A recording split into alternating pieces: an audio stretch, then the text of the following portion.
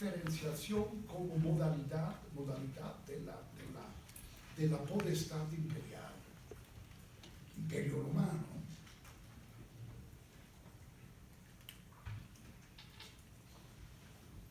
imperio della Inglaterra, messo male l'egemonia imperiale americana, más o menos. E l'altra forma imperiale, China, no hay más un único imperio hegemónico.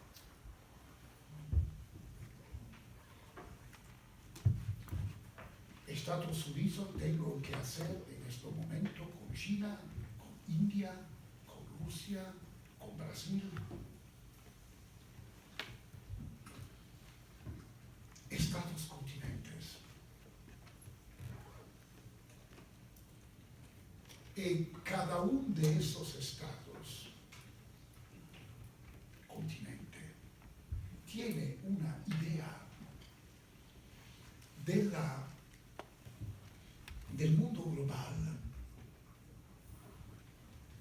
radicalmente diferente del otro, y algunas veces incompatible con los otros.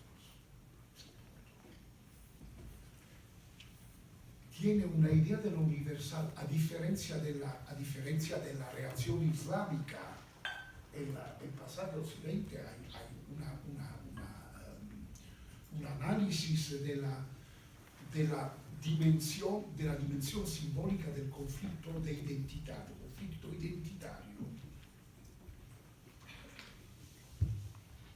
donde el Islam juega un papel importante, pero el Islam es una heresía del Occidente. Es la derivación de una religión monoteísta. Tiene una relación agresiva al mismo tiempo mimética con el Occidente, con Europa y con Occidente. No tiene una idea verdaderamente alternativa de la verdad. Es una idea contra, movimiento contra, no positivo. Los chinos tienen una idea alternativa del mundo global. En India también.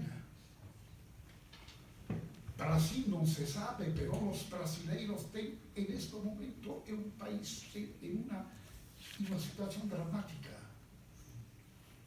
Pero es un país continente, un estado continente, que tiene una idea otra de la comunidad. Bueno,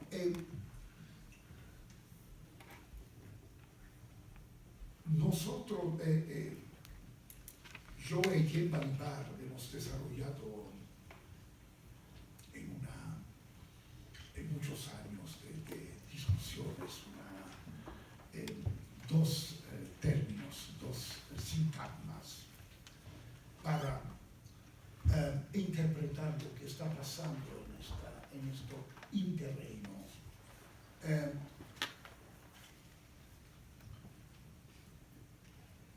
La fórmula de universales en conflicto.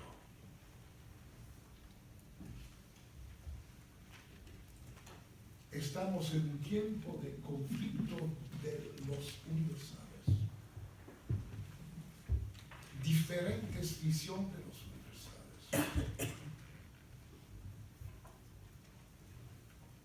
En una forma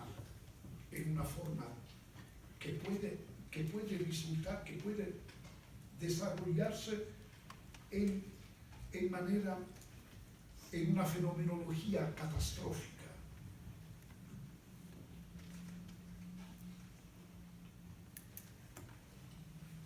Porque las promesas de una parte resultan amenazas por la otra. Tu promesa es para mí una amenaza. Tu promesa de futuro es para mí una amenaza. Estos son universales del conflicto.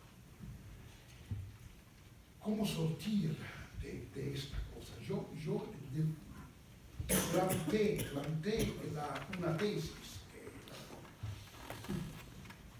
Passaggio Occidente, La passione del presente, in otros textos. La tesis de la necesidad de un universalismo de la diferencia contra el universalismo de la identidad que es hegemónico en Occidente.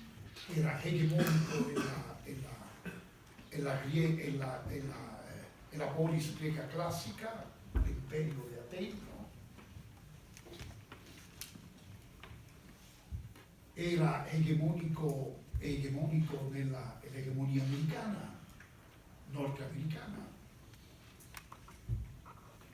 Universalismo, los derechos humanos como una fórmula imperial. Porque la cuestión es la controversia sobre la definición de humano. Porque hay algunos que son más humanos que los otros, ¿no? Esta es una cuestión que se discutió con Bartolomé de las Casas, ¿no? Contra los otros doctos de Salamanca, que estaban a discutir, ¿los indios de América son humanos o no son humanos? ¿No? Y llegó Bartolomé de las Casas a decir, un momentito, queridos colegas, seguro que son humanos. Seguro que son humanos. Son como nosotros. Pero fue una discusión de un siglo. Los cristianísimos doctos de Salamanca estaban a discutir si los indios de América eran o no eran humanos. Fue siempre una cuestión controversa, la cuestión del humano, en estos sentidos de derechos humanos. Seguro que los estatutitenses son más humanos que nosotros, ¿no? Claro, esa es la cuestión.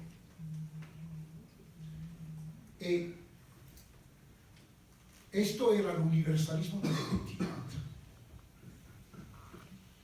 Universalismo de la diferencia no es el multiculturalismo. Porque el universalismo de la diferencia no tiene nada que ver con las diferencias culturales que están en la realización del multiculturalismo de los guetos continuos, o como lo llama mi amica Sheila Benhabib, multiculturalismo en forma de mosaico. Es una idea de la esfera pública de la ciudadanía, donde cada grupo se autorrepresenta como una mónades, a una autoconsistencia insular, sin relaciones con los otros. Es un monoculturalismo plural. En realidad, el multiculturalismo. Por otro, esta idea del multiculturalismo es especular y opuesta a la otra idea de ciudadanía que habemos teorizado y practicado en la modernidad. La idea la idea republicana, asimilacionista, de la asimilación.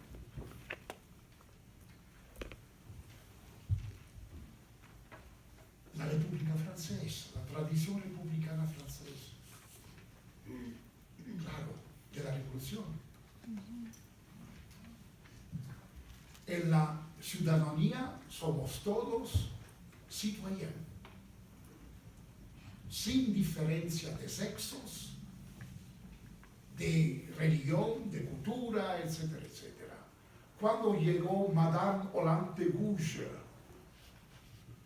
después de la Declaración Universal des Droits de l'Homme et du Citoyen, a escribir una Declaración Universal des Droits de la Femme et de la Citoyenne,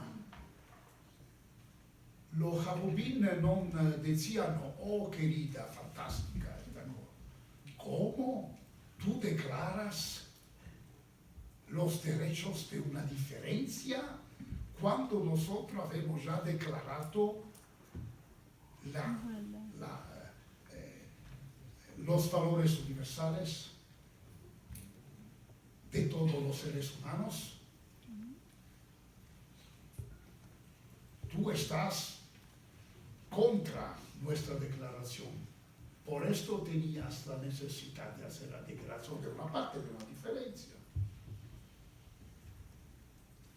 Fue guillotinada. Esto, el punto, en la esfera pública de la ciudadanía hay una universal neutralizador de la diferencia. Y por otro lado,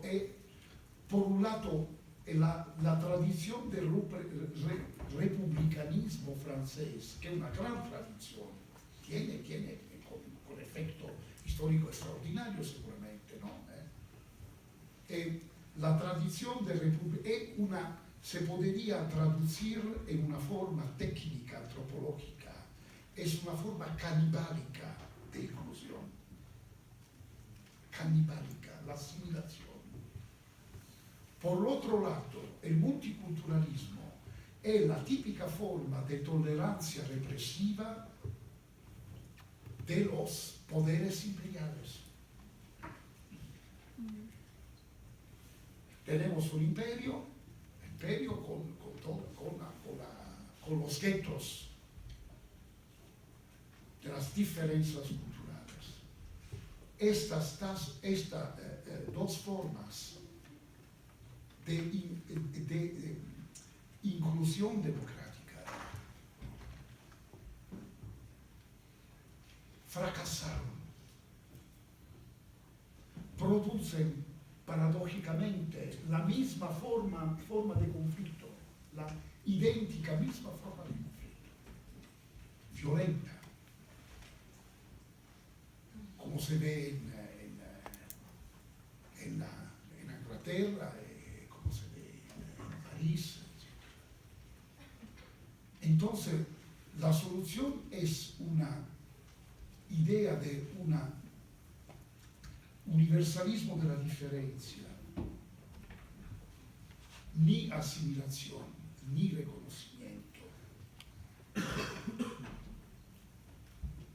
ni modelo calipánico, ni modelo de la tolerancia represiva, ¿no? Donde la diferencia se pone como la trama ontológica de lo universal. Esto claro que está en relación íntima con el pensamiento femenino de la diferencia. Claro, pero en el sentido más radical, la diferencia no es el sujeto. También cuando, claro, por razones históricas, son las mujeres a representar en una manera más intensiva la necesidad de una nueva forma de convivencia de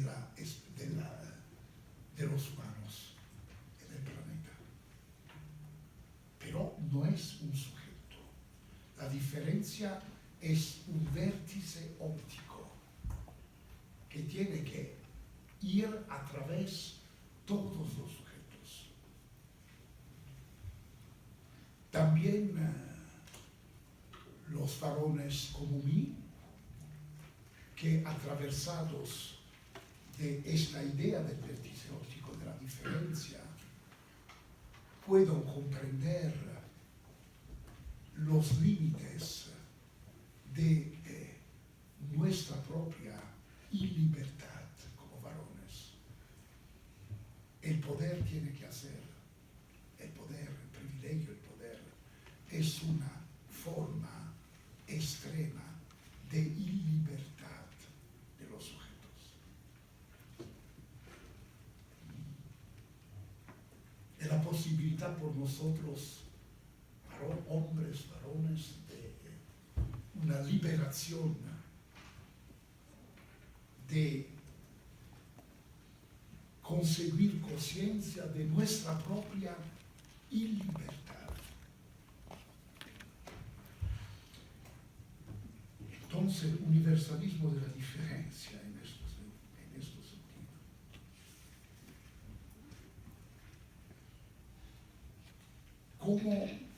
¿Cómo se puede realizar la interacción entre los diferentes sujetos al interior de las comunidades del mundo globalizado? Estas comunidades que son al mismo tiempo comprimidas y diaspóricas, están al interior de lo que David Harvey define time-space compression, compresión espacio-temporal, con mi corrección, compresión espacial, diáspora temporal. Los autóctonos y los migrantes, sobre todo en Europa, pero también en Estados Unidos, están comprimidos en el mismo espacio, pero viven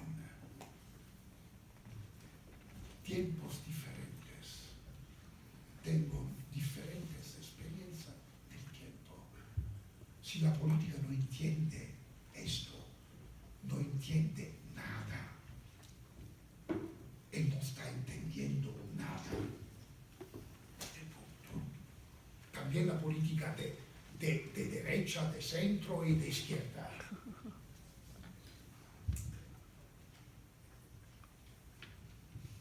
No está entendiendo nada. Es necesaria, tenemos la necesidad de una redefinición radical de la política y de lo político. Bueno, ¿qué interacción en un sentido de universalismo de la diferencia? Esto es seguramente un problema de Jürgen Habermas. Pero Habermas lo trata de resolverlo. Es un gran pensamiento Habermas. Podemos criticar ideológicamente, políticamente, un poquito moderato, un senso de macro, bueno, pero es un gran pensador Habermas, si no.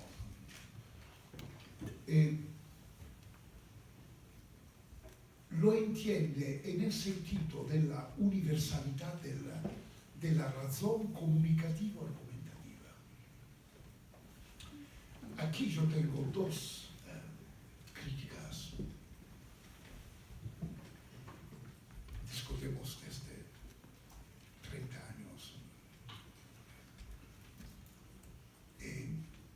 Yo planteé muchas veces mis críticas a Jürgen en muchas ocasiones. Primero,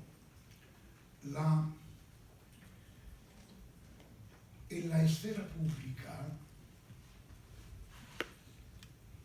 el privilegio de la modalidad argumentativa tiene como su presupuesto una forma de la razón que no es universalmente humana, sino es la forma que fue desarrollada en el curso de la historia del Occidente.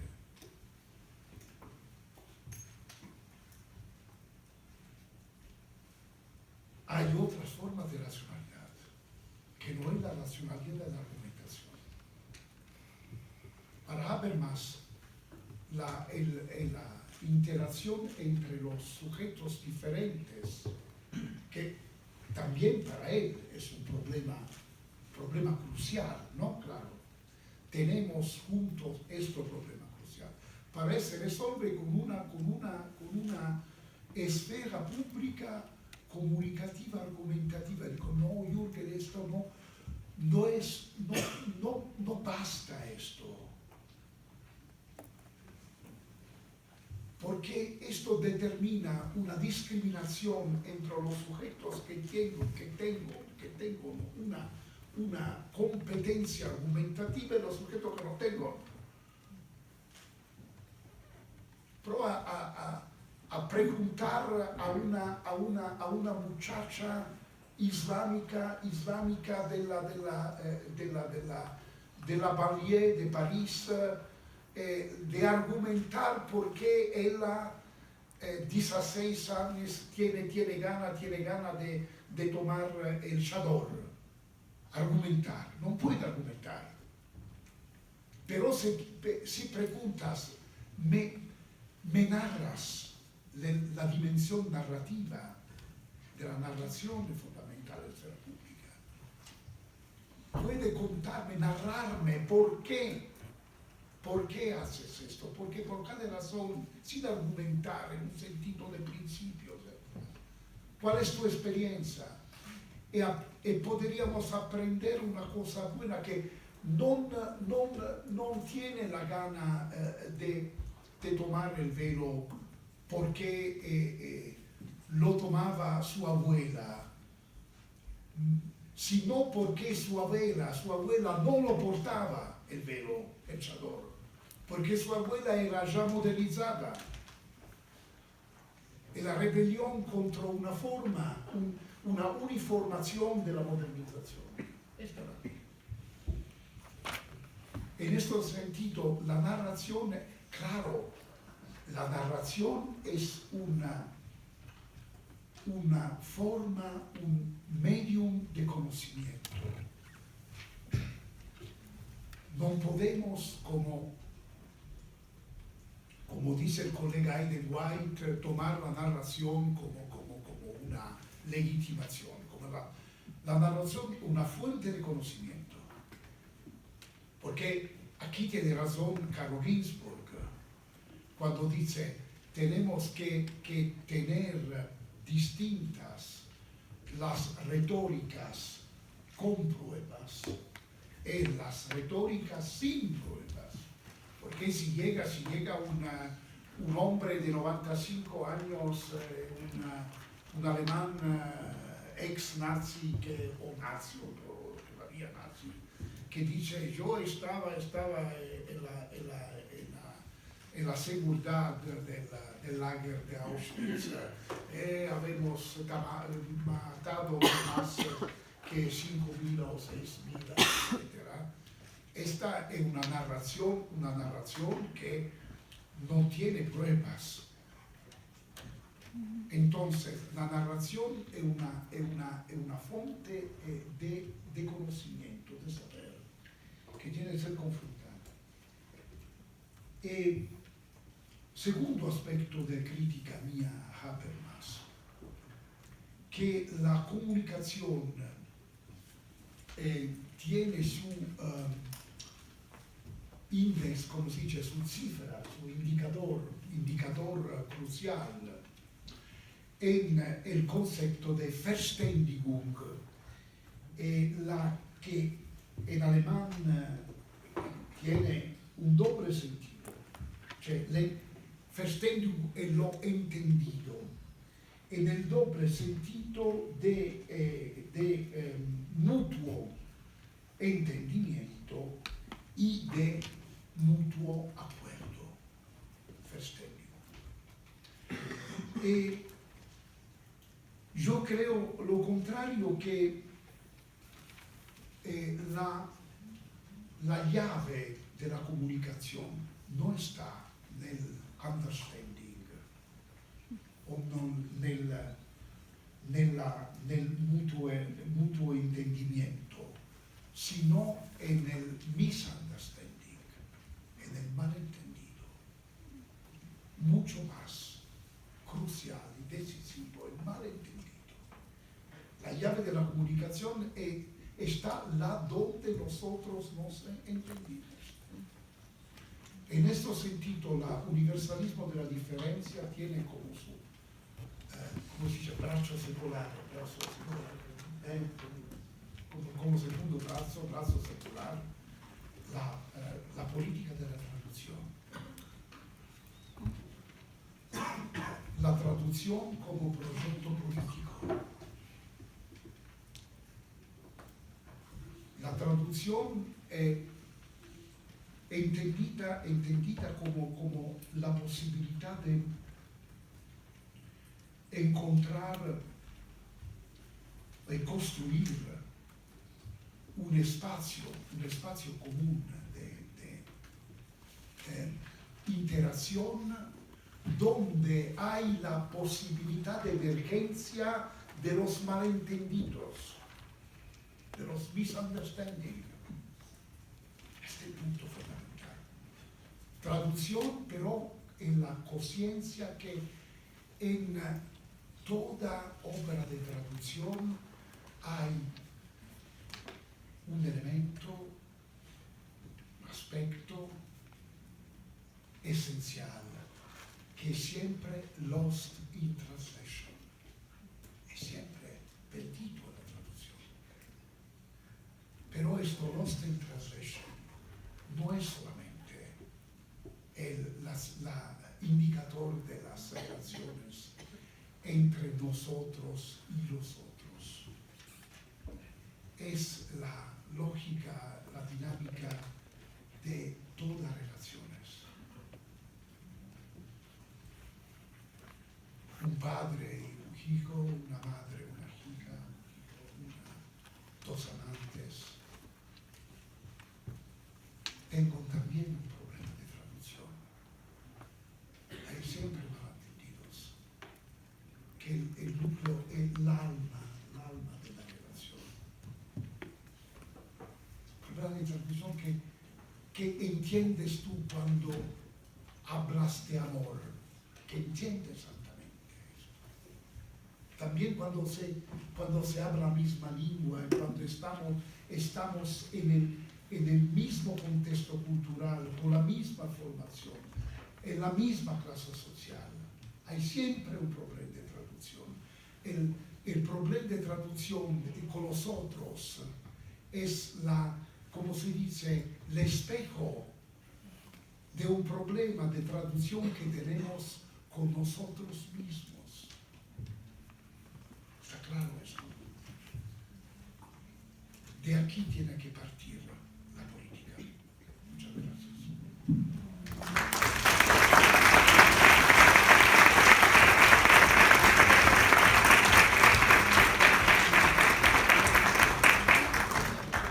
Muchas gracias, doctor Giacomo Marrano, por esta conferencia. Y abrimos una ronda de preguntas hacia el profesor Marrano.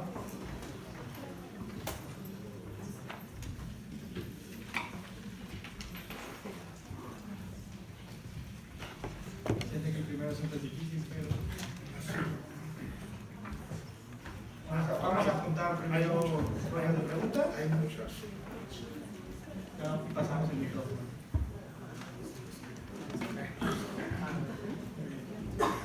Entonces, a ver, alcen la mano por favor para poner orden. 1, 2. Empezamos con ustedes dos. Gracias, Gonzalo.